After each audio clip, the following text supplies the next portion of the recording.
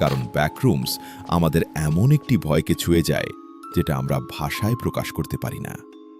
হারিয়ে যাওয়ার ভয়, একা হয়ে যাওয়ার ভয়, আর এমন একটি জায়গায় আটকে পড়ার ভয় যেখানে সবকিছু একই রকম এবং কখনো বদলায় না। হয়তো ব্যাকরুমস সত্যিই কোথাও নেই, হয়তো এটা শুধু মানুষের কল্পনার সৃষ্টি।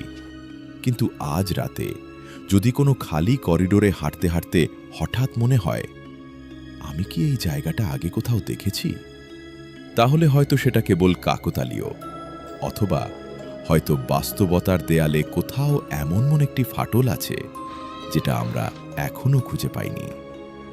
এমন আরও রহস্য, ইন্টারনেট মিথ এবং অজানা ইতিহাস জানতে চ্যানেলটি সাবস্ক্রাইব করুন, কারণ পৃথিবীর সবচেয়ে ভয়ঙ্কর গল্পগুলো অনেক সময় ভূত নিয়ে নয়, বরং এমন জায়গা নিয়ে যেগুলো থাকা উচিতই নয়।